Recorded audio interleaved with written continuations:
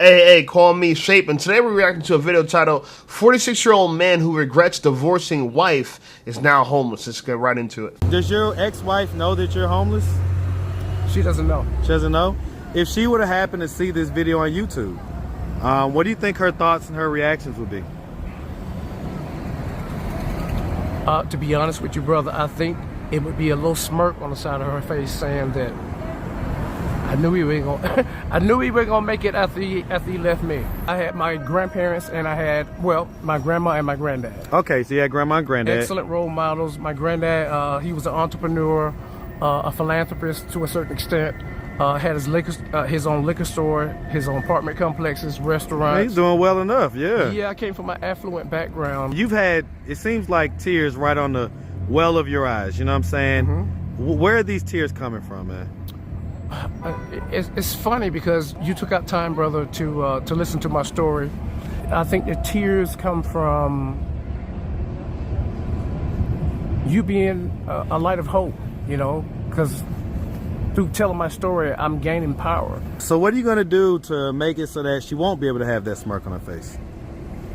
That's a heavy question, brother. Because to be honest with you, I was really just out here waiting to die. And I'm still trying to find, you know, like you say, that hope that you've given me with this interview to try again, but literally I came back out here to die. What's up, YouTube? I want to once again thank everybody who comes up to me in the streets and shows me real love. Y'all don't even know. It keeps me thankful. It keeps my tank full. Now back to the content. What's up, YouTube? Atlanta Street Interviews out here with another one. So we got my man out here today. How you doing today, man? Doing all right, big brother. All right. So are you homeless? Currently I'm homeless right now. Okay, yep. So how old are you, man? 46 years old. 46, and so how long have you been homeless? In between staying in my car, out here on the streets, it's been about 6 months, but in total, 2 years. 2 years, okay. Yep. What was it that happened 2 years ago that caused you to get in this situation? That's a tall question, but in short, I think it's just a broken heart. On the heels of my divorce, just kind of went astray. How long had y'all been married for? 22 years. Oof! Yeah. So hold on, so this happened 2 years ago, meaning you was 44, and y'all had been together for 22, married for 22 years. Yes, sir. So that means that you got married at 22? Yes, at a young age. And how long were y'all together before y'all got married? It didn't take that long, brother. About a year, we went ahead and signed the deal. Okay. Yep. So this is a lady you've known since you was 21 years old. Yes, sir. Okay. What was the reason for the divorce? And I don't want to make it all about the lady, but the reason for the divorce was she was about 13 years my senior, and I guess just time just kind of made us grow apart. Okay, so she was what we would affectionately call a cougar. Exactly. And exactly. she had got you when you was a young fella. Yes, sir. Okay. How'd y'all meet? Believe it or not, I was working a delivery job, and she happened to call in for an order, and we just kind of started from there. Okay. And so, as far as the official divorce decree, what was the official reason on the divorce decree of why y'all broke up? It was me who asked for the divorce, and it was, I guess we just kind of grew apart. Was it irreconcilable differences? Or? Yes. Okay, so that was what was on the divorce decree. Okay. Yep. Okay. So why do you think the divorce caused you to slip into this kind of spiral, this downward spiral that you've been going down? I think having a support system is paramount. And it was something really spectacular about being married that I kind of held fast to, was that having somebody that needed you and depended on you kind of kept me focused and kept me driven. Man, knowing that I had somebody that needed my help and my support. Yeah. When I lost that, I kind of was left to my own devices, and sometimes idle time is a devil's workshop. Oh, yeah. Yeah. Okay. Do you have kids? You know, you still have someone that needs you and depends on you. It's called yourself. Look in the mirror. It's called yourself. Let's talk about the origin. Let's talk about the origin of this. So he was 22 when he got married. His wife was 13 years his senior, making her 35, right? She done hit the wall. This guy's a new guy on the field. He got married to her, was married to her for over 20 years, and then he filed divorce. I have so many reasons why I believe he may have filed divorce, but let's take one reason. One reason is he was a simp. And he was marrying someone that was domineering and probably told him what to do. But some situations it works like that. You know, if you had a domineering mom, you're kind of used to that kind of relationship where women tell you what to do and you got to walk over eggshells around them and, you know, you're constantly in fear of your life, that type of thing. So my assumption is that he probably just got so tired of her bickering, moaning. She's probably morbidly obese at this point now. And he walked away. But the problem was, since he never became a man, he was 22 when he got married to her, he probably stayed like a boy when he got married to her. He probably never had to develop life skills to really take care of himself. And he was like you said, he felt valuable. He felt valuable just in servitude to her, right? The fact that she needed her. But again, men, you need yourself. You're the person that needs you. So let's hear what else they got to say. I raised 3 kids of my own. 3 kids biologically yours, or well, three they kids? were biologically my ex-wife's. Okay. Yeah. Okay, got you. So you guys never had your own kids together? No, when I got with her, her tubes were tied. Yeah. Yep. Wow. She was an older lady. She was 30. Well, she was 36. 35. Yeah, 35, 36. I mean, that's okay. So, did you never want kids? Believe it or not, I never wanted kids. I always been a free spirit, and even the woman that I married, I didn't think it was a good fit for me and her to have any kids. Why not? Because of the age difference, and because some of the ideals that she held fast to, I really didn't hold fast to. One was religion. What was the religious difference? I didn't want my kids to be brought up in traditional Christianity, a traditional religion. And she was a gung-ho, Bible-toting, you know. Right, deep South Christian. Deep South Christian. Okay. Huh. Okay. I hate to be bouncing around all over the place. No, you're fine. We're just trying to put the picture. We're trying to put the picture together. Okay. Just try to understand who you are, what happened. Okay. So, never had kids together. You helped to raise her kids. Those are your stepkids. Yep. Okay. And so, okay. So, if I ask her, like, what was the reason for you guys' divorce, what would she tell me? She would probably say that I didn't want to go to church with her because it was a time where I was going with her consistently, and then I kind of strayed away from that. What made you stray away from that? Well, the Bible says to diligently seek Him for yourself. Mm-hmm. And once I started doing that, my journey kind of went away from church. Away from church, brother. listen. Started, I know all about that. Dug into some of the hypocrisies and some of the inconsistencies in the Bible, and I just kind of went in a different direction. No, I totally understand that. Okay. I don't understand it. Jesus is king, my friend. Jesus is king. And honestly, look, it's okay if you don't believe in God, but most people don't have a better thing to believe in. What the hell does this guy believe in? He's homeless now after being a simp for 22 years. So we got new information, right? He helped her raise her 3 kids. Okay? She was 35, had her tubes tied. He helped her raise her 3 kids. Now he's 44 and homeless. Again, so with this more information, I double down on the fact that I believe he was a simp.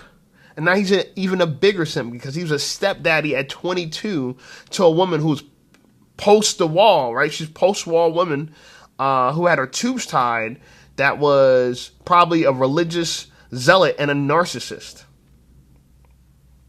Yeah. This is actually a situation where this man had his innocence stolen from him.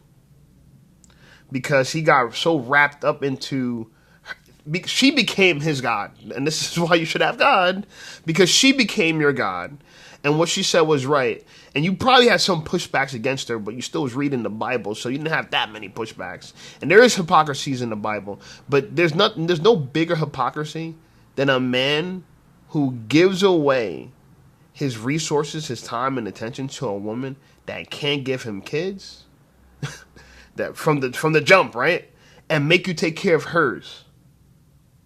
So look at this situation, right? You're young, she's old, right? That's not weighing out the same. You have no kids. She has a bunch of kids. That's not weighing out the same. And you dedicated 22 years of your life to her. It's almost like a jail sentence. And now you're kind of like a dude getting out of jail, don't know where to start. And now you're on the streets. Clearly, you didn't invest in yourself. You didn't save enough money for yourself. You left her, but you didn't leave with anything, right? Most people get wealthy from the divorce. You got broke. That is uncommon. And I feel for the guy. I do feel for the guy. But respectfully, as men, we hold each other accountable. And I could say this honestly, this is his fault. This is his fault. He married a woman with her tubes tied with 3 kids, a baby mama of 3. God knows how many baby daddies she got.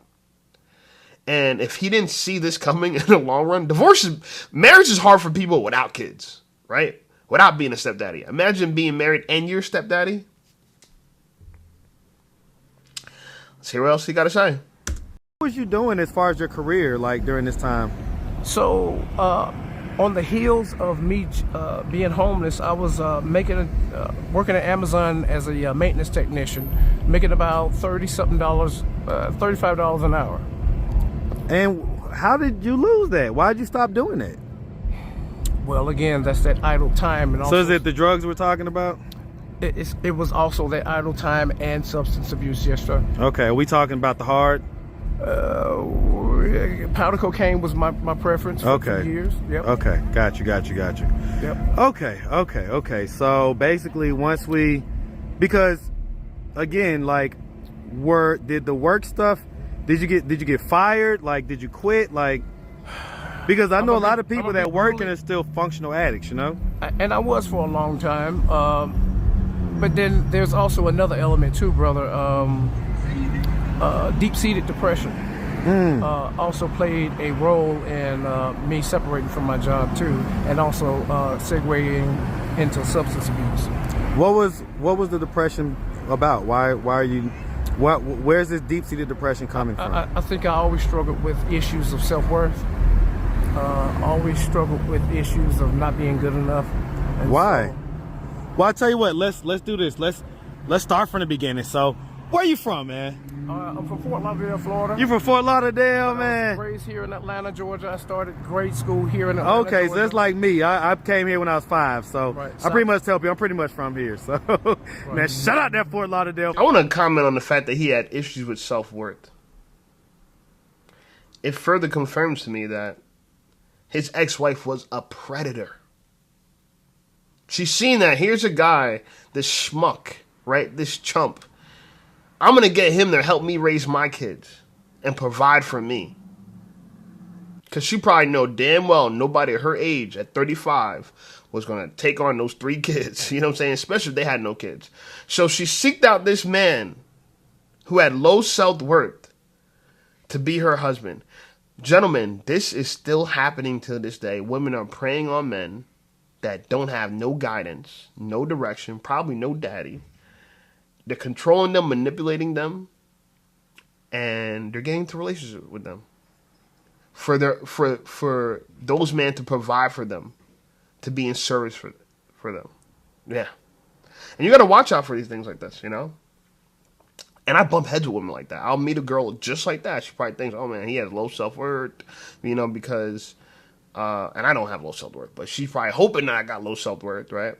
And when they realize I don't, we clash. But him and her was getting along well for 22 years. I'm not saying they're probably the best. Maybe not peachy and cream all the time. But for a good portion of the time, they're getting along. Because how could you stay with someone for 22 years when they have 3 kids and they're domineering? It was trauma bonding. He bonded with her over the trauma. Whatever trauma he had. It seemed like if you have low self-worth as a man, you got some severe trauma. Listen, I've been through a lot in my life, but I've always believed in myself. I don't know why. I don't know why. Maybe because of pretty privilege and how people treated me. I don't know.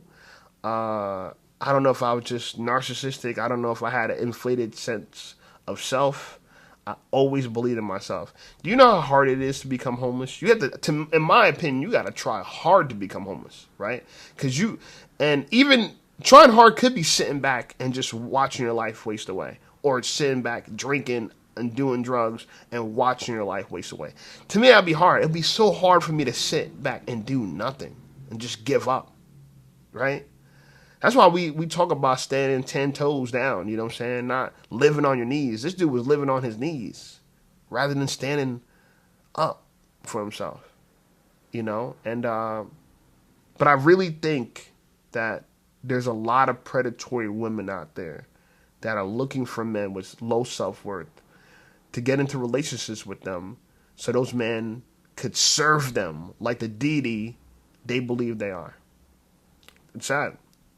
And definitely shout out that ATL. What up, Emily? All right, shout out that ATL for sure. What part of the city did you grow up on? Swats. Hey, man, shout out that Southwest Atlanta, Southwest man. Atlanta, yes, sir. Yes, sir. All right, so growing up here in Atlanta, did you have both mom and dad in the household?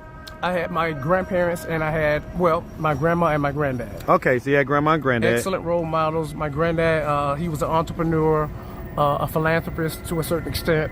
Had his own liquor store, his own apartment complexes, restaurants. He's doing well enough, yeah. Yeah, I came from an affluent background. I didn't need for much. So where was mom and dad? Why weren't they raising you? Well, the funny part, brother, is that my mom was a crackhead, and my dad, I never really knew him. So it's funny how you can have the affluent, you know, parents, and then they have the kids that are basically, you know, spoiled. Exactly. And end up doing stuff like that, you know, become substance abuse, things like that. And then here you are. Okay, growing up, would you say that you had like a fairly normal childhood? I had a beautiful childhood, beautiful. Excellent. Absolutely beautiful. Okay, had good, four-wheelers, you know, top of the line clothes, heel figure, cross code. All the stuff that I was jealous about when I was younger. Starter jackets, yes, yeah, sir. Yeah. Okay, man, I didn't have none of that stuff growing up. Had my own phone line. We had a house on top of the hill out there in the Cascades. Doing well enough, man. Yeah, doing pretty well. I was okay. Okay, and so did you like go to high school? Did you graduate? Yep. So I went to Westlake. Shout out Westlake, man. Yep, went out to Westlake, and I also segued into Thorough High School for a couple of months too, and completed in Thorough High School. Okay, so you did graduate. Yes, sir. Any college after that? Yeah, I went to DeVry and got my bachelor's degree in computer networking. Okay, did you ever use that computer networking degree? I did. I did some, when I was going to church. I built a website for my church. Did some side work. Side projects, things like that. Okay. But as far as building computers, I know how to build them from the ground up, motherboards. So this guy is a more than capable guy. He's a bachelor's degree laureate. He came from affluence. So did I. I came from affluence. My dad never spoiled me, but he had money. There's no doubt about that. Like I said, we lived in great homes, in suburbs, and in neighborhoods you couldn't afford. I'm just saying. But what I find shocking is his revelation that his mother was a crackhead. Here's kind of the signs of the trauma, right? And so even though he wasn't raised by his mom, he didn't know his dad, more trauma, right? Yeah, this is where the lack of self-worth comes from. Your mom's on drugs. God knows who your dad is. He's nowhere to be found. And you're raised by your grandparents. And grandparents are some of the most lenient parents that could raise kids. Because here's the reality. And I agree with this saying. If you spoil your children, you will have to raise your grandchildren. But if you raise your children, you could spoil your grandchildren, okay? And so this is a scenario where the parents spoiled that child. So it makes sense. They're from affluence. They spoiled her rotten to the point where she probably had a baby at a young age with some man she did not know. And she was into pleasure and addiction. And she got wrapped up into that mess, the pleasure trap. People fall for the pleasure trap. You know, not everything that feels good is good. You know, it's hard for people to understand that, but it's true, okay? The gym doesn't feel great initially. Sometimes it still doesn't feel great, to be honest with you. But I've been going for 5 years, and the discipline is what got me through, right? The fact that I said, I got to do this, whether it felt good or not. And now I'm enjoying all the benefits of it. So thank you, self, for knowing that I could invest my time to something that even though it didn't give me any short-term pleasure, it gave me long-term gains. And that's what life is about. You know, life has these parallels, right? Things that feel good are bad for you. Things that feel bad are good for you. I don't want to bring up veganism, but this is one of those things, right? People hate to eat vegetables. Oh my God, I'm eating a carrot. Oh my God, I'm eating bok choy. You guys think it's so gross, but it's really good for you, right? What's the irony in that? You know, our taste buds have been hijacked by big food, right? These big food companies have master manipulated, food to taste such a way where we desire it and we're addicted to it. Yeah. For guess what? For their money, for their pleasure, not for ours, for our suffering. But back to this gentleman here. I think he's a victim, for sure. You know, he born to a mother who was a crackhead, who made poor decisions about who his father was, and he was probably spoiled by his grandparents, who was like his parents. And the same junk that they led her to, right? That grandparents led his mom to be a crackhead, and they also led him to be a crackhead, right? So they're 2 for 2, man. They're over 2, I should say. You know, they struck out twice. You know, and sometimes people need to understand that good intentions doesn't always have great outcomes. You know, you can intend to do well, right? To be great. Make sure your kid doesn't desire for it. My child doesn't desire for anything. They'll never know what it's like to be poor. And that's the worst thing for them, right? My dad had some bad intentions for me and it had some great outcomes. You know what I mean? Bad intentions. He tried to purposely do the opposite to spoil me. Try to punish me by not giving me certain things, by promising me certain things and never delivering it. And it made me actually someone who relied on myself to get what I wanted. You know, so when I was 15 years old, I got a job, right? I wasn't forced to. I got a job so I could save my own money and I could buy my own stuff. And since then, I've been someone that's been I looked inwards when it came to the things that I want. I never looked outwards, right? I never looked to other people. I never depended on other people that way. And this is why I'm self-sufficient right now. And I am a sovereign man with a YouTube channel. Which, by the way, you should subscribe to the channel, like this video.